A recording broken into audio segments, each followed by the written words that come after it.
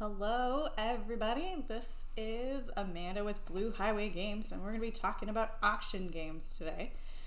Auction games are one of my favorite style of board game, and you're thinking to yourself, maybe, what is an auction game? Well, one of the most popular games of all time is a highly underrated or overrated, depending on how you look at it. Monopoly is in fact an auction game, but I don't need to tell you about Monopoly, although I probably do need to tell you about how it is an auction game, because I don't think most people play it correctly. Still not one of my favorites. I don't even own it, but I do think it gets a lot of hate because people don't play it correctly. If you're playing with the auctions and getting rid of all those properties, quickly it moves much faster. Still brutal and makes everyone sad. So these are not like that. These are a little bit more friendly, sort of, in that they have short durations. They usually play rather quickly, ending at one point rather than going on and on, eliminating players, leaving them sad and going to watch some TV in the other room. I don't really have a family auction game to talk about today. I have some that are a little bit easier than others, but for the most part they're, ages 10 plus, made more for gaming groups, but of course families can easily get into, I think, all of them as well. Kids are ages 10 plus. There's just some subtleties to auction games that might not work for players under, 8 or 6 in that age range. But one of the first games I have, though I don't even think it's the simplest, is probably my favorite currently, and it is called Fagner. And this is a game about a gem-laying chicken named Fagner. Unfortunately, the game is a tiny little box, so it does not come with a cool little chicken piece, unfortunately. It has a little chicken centerpiece, but it's not a little standy. And players are going to have a adorable tiny little screen that they're going to hide their gems behind. And you're going to start with a random assortment from the bag at the beginning.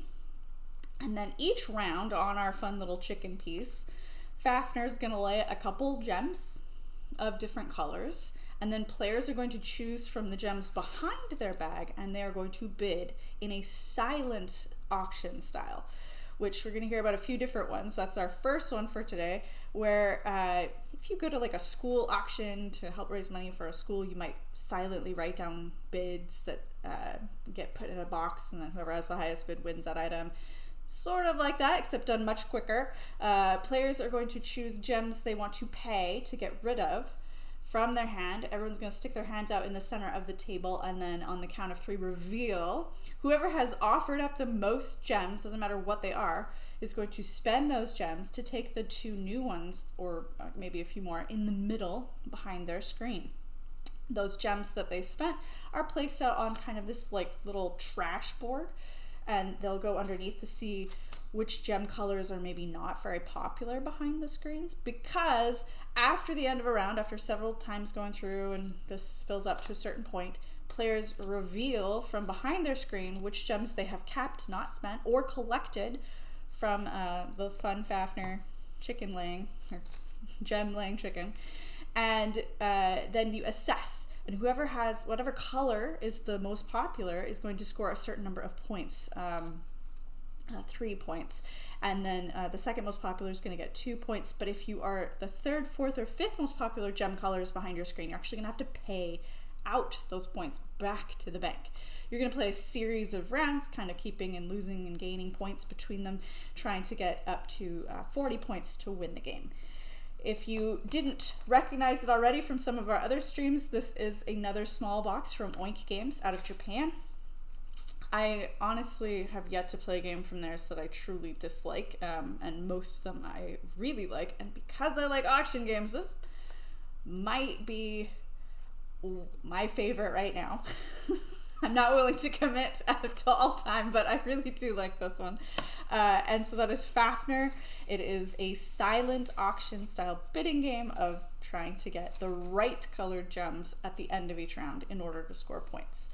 And that is for normally $22.99, and it'll be 20% off all week until this coming Thursday, January 21st. All right, the next one I have is also kind of a smaller box. Almost all are.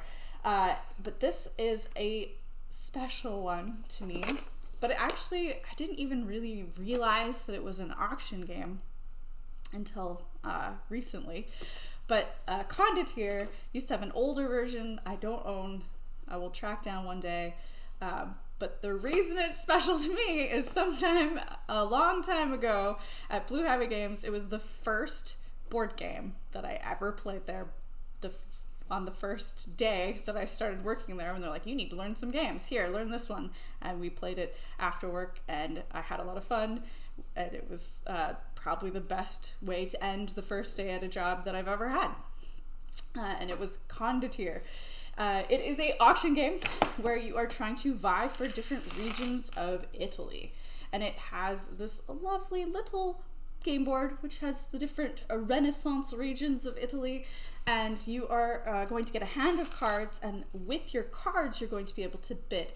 It's a round bidding where players are going to keep bidding and playing down cards one after the other. When you pass, doesn't mean you've lost the round, you're just not going to play any more cards, and players who are still in can continue to take turns playing cards down on the table, visible to everybody. And at the end, once everybody's passed, you're going to add up the total value of the cards you have played, and whoever is the winner will get to claim one of those regions on the map with their player color. The goal is to get 3 regions that are connected to each other, or 5 regions total anywhere on the board. That sounds very simple, and it is, but it does have special action cards that are not numbers that you're going to be able to play down, and things that will make people have to discard cards that they've already played, some of those mercenary number cards. It might make special areas of the board not able to be bid upon in the future rounds until somebody moves that piece. And some of them are going to make the values much lower through the seasons that you're playing in each round. You can kind of raise and lower. It's a little bit of a battle because as each season changes into the next, you don't get to get rid of that card until either the round ends or the season changes. So you're trying to manage your hand, figure out when you want to play cards.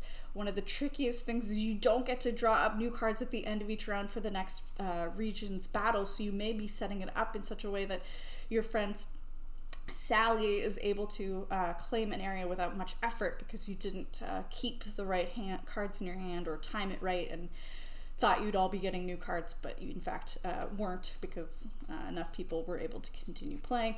So kind of keeping an eye on that, trying to figure out who has what cards and what why they'd be fighting for a specific region, or when to sacrifice maybe all of your cards even at the expense of a future round.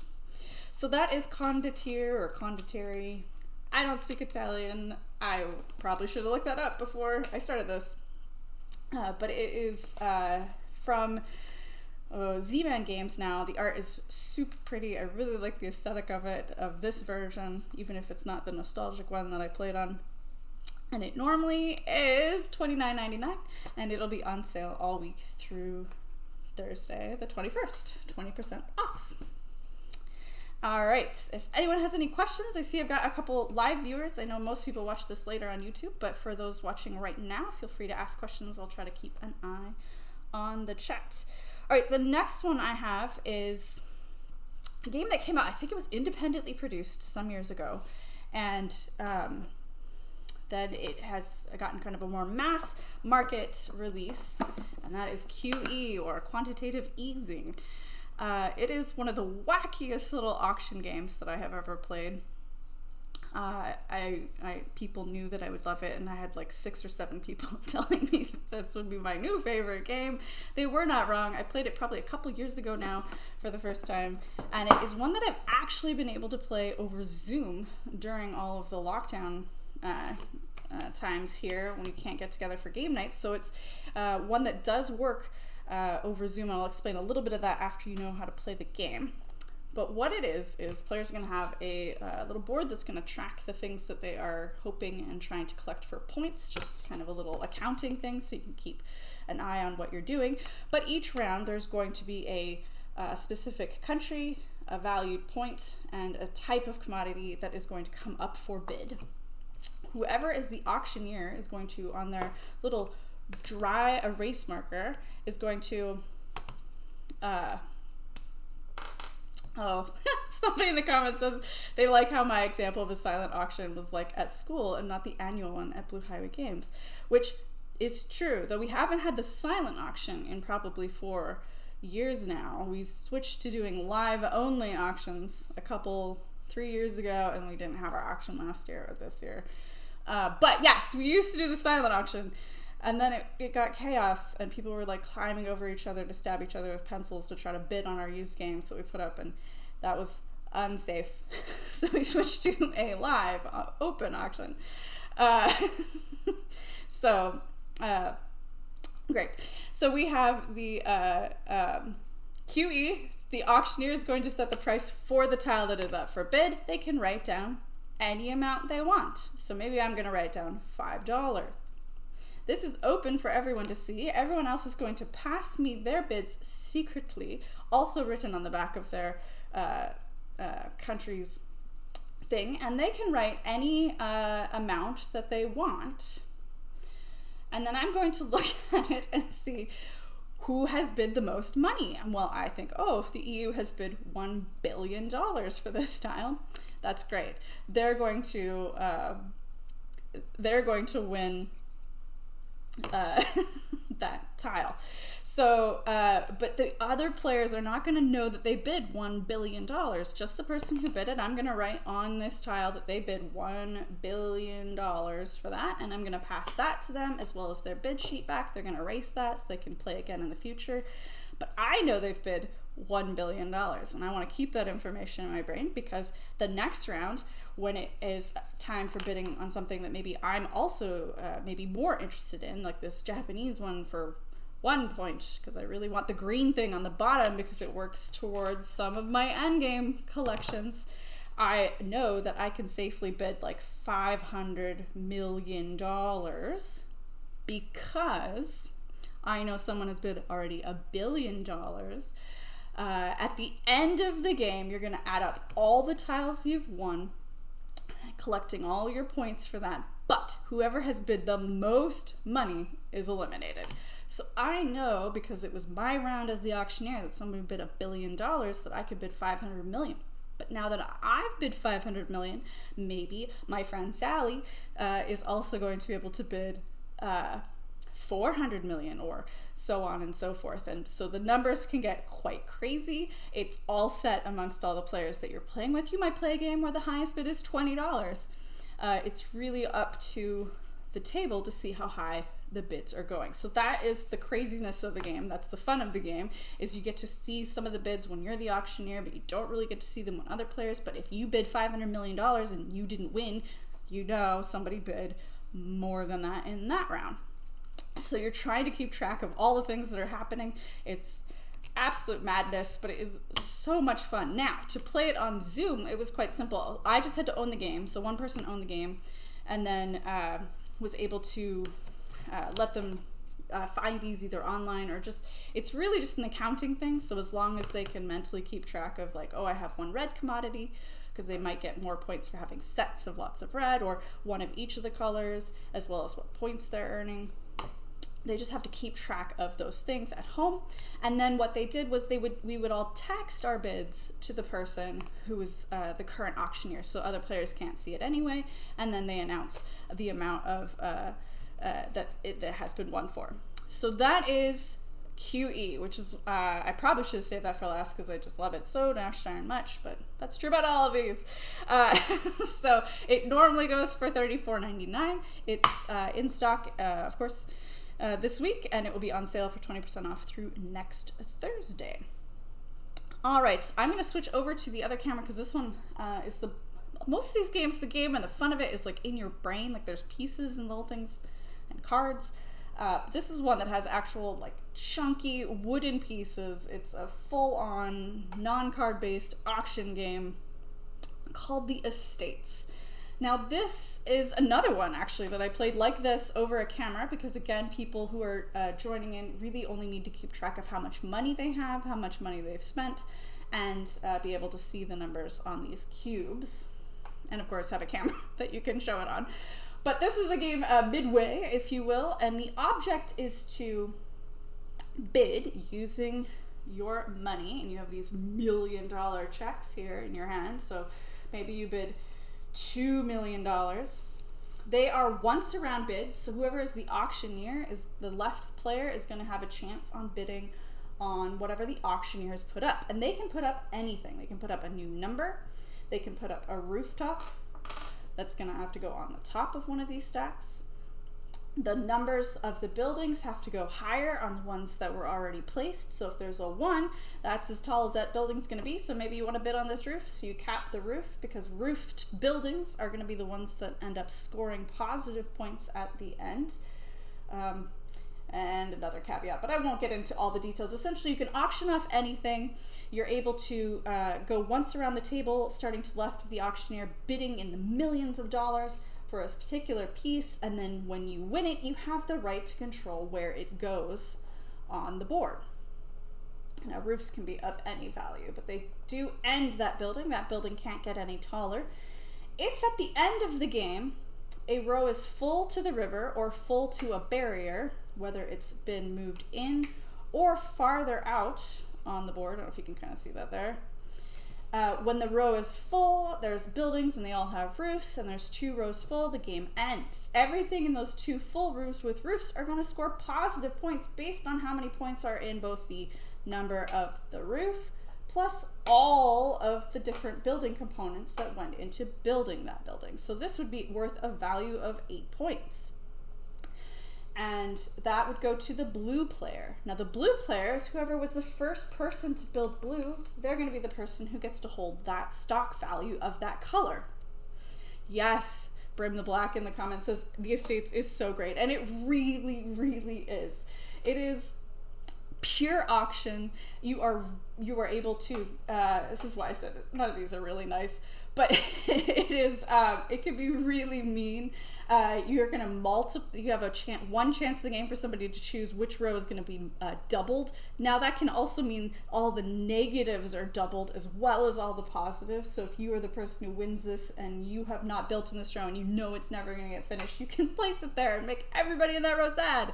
Or you can place it in a row that you're doing really well in order to score more points.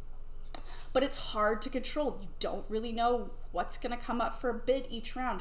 The money goes back to the person who is the auctioneer if they choose to not bid on it. So if I, as the auctioneer, hear the highest bid so far before me is $4 million, I can either pay that person $4 million for my right to build that, or I can take their money and let them build it. So all of the money is going to stay within the game.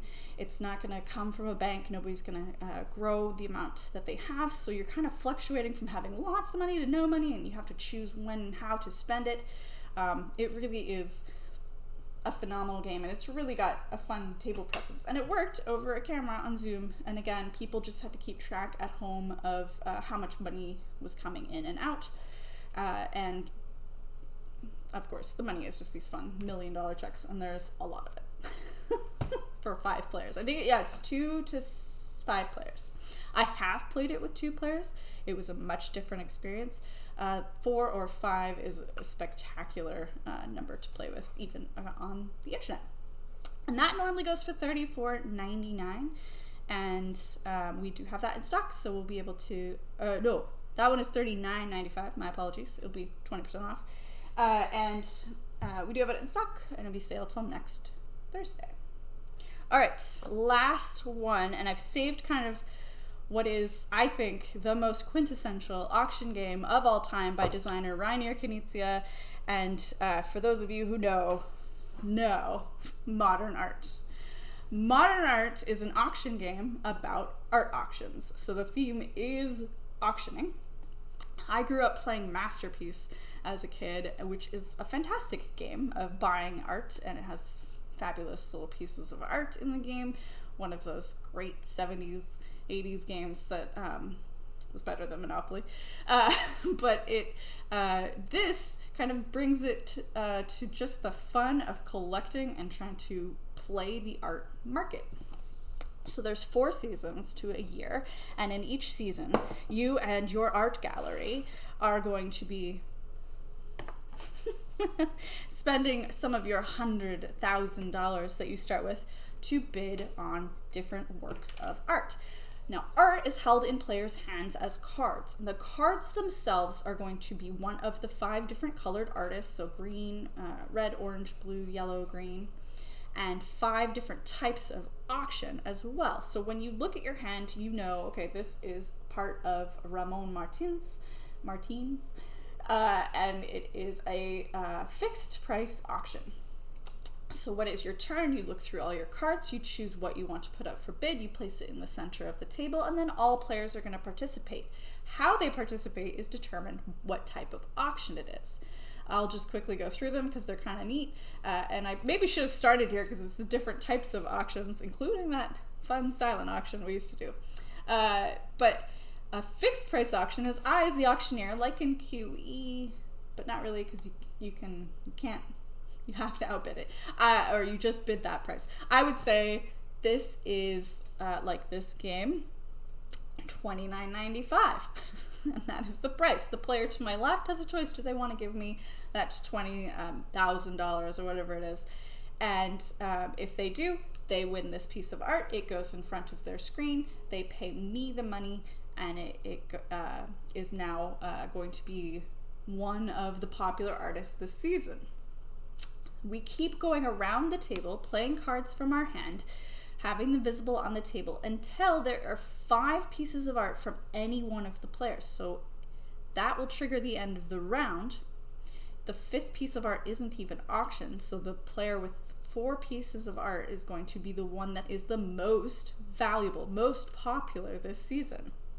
That will then get translated to this little round board. So you can see there, it's hard to see on there, but there's 4 seasons, and in each season you're going to have the player who had the most popular art is going to be worth $30,000 in season 1.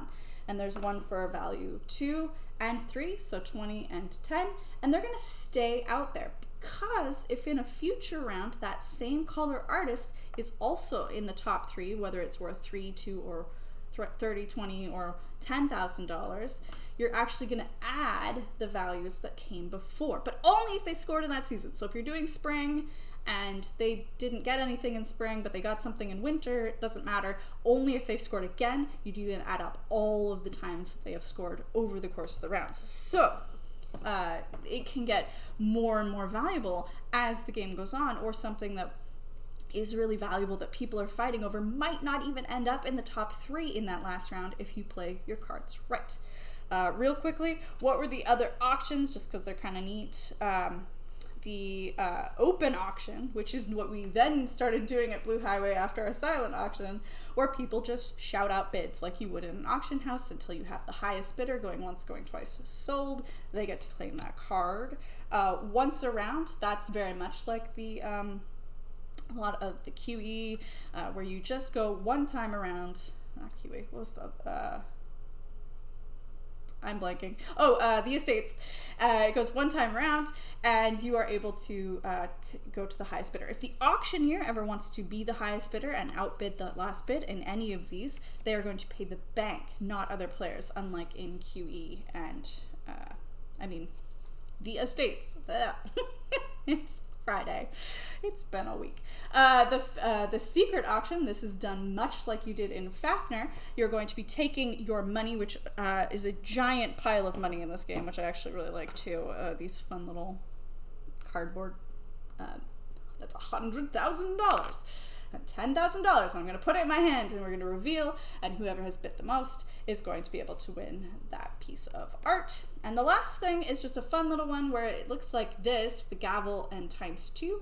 That means you are then going to put up 2 pieces of art from that same artist, and whatever the type of auction is from the second piece of art from that artist is how that will be auctioned, but you're actually going to win 2 different pieces of art that will contribute to your score for the season rounds.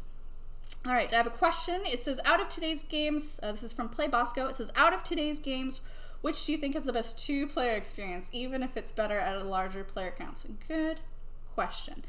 I think the Estates was a very different experience with two. I think with two skilled auction people, it could be interesting, but I did not play it with somebody who was savvy with auction games, and I saw the value and merit, but I have not tried it with someone who kind of knew more of what they were doing in an auction type game. It was just very different.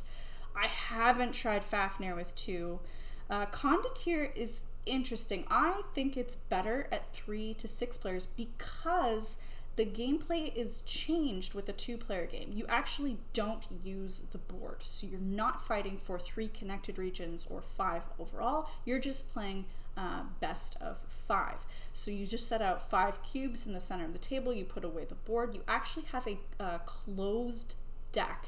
So you're both dealt the exact same hand of cards, and from there you shuffle and you're going to be able to control what you have. So you don't have the same exact cards each round, but you have only the same cards and limited information on what is available. So I think it can be good. I just personally liked it with more because I'm a very visual person, and half the fun is seeing the regions of Italy that I'm trying to conquer, kind of like King of Siam or El Grande, which are 2 other great games that have similar gameplay. But with the 2-player game, it was sort of like playing Schottentotten or Battle Line, which in that case, I just would rather play Schottentotten or Battle Line to fight over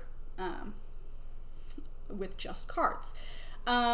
Modern art does not work with 2. There was a 2-player variant in one of the versions I own. I own multiple versions of this game. In one of the versions I own, I gave a 2-player that I just didn't like. So, and QE doesn't work with 2 either. So, yeah, auction games are tricky. I would say Condottiere, but you have to know it is a different experience. I would say the Estates, I think, had potential, but you'd both want to know what you're doing in auction games. And Fagner, because it's only 2 to 4 players, I suspect it's okay at 2, but I know. This is the opposite of what I'm usually touting on here, which during the pandemic has been solo and 2-player experiences.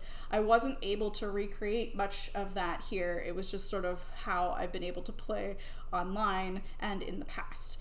Like Modern Art, which I don't own this version actually. This is the store's version. This is what's out currently. These are real modern artists. The ones I own were kind of these fake, ugly modern art, but I love it dearly. And then I also have the Oink version, which is not available in the United States. It's really cool and awesome because I love Oink, as you know. So that doesn't really answer your question. There are other auction games out there, but generally just the nature of an auction game is more for that kind of group experience. So 3, 4, 5, 6 players. All right, well that is it. Modern Art goes for $29.95. It'll be 20% off through the end of this week. And thanks again for joining me, viewers, and hope you all have a good weekend, and may it be very peaceful and maybe sunny here in Seattle. We've had so much rain. All right, thank you very much.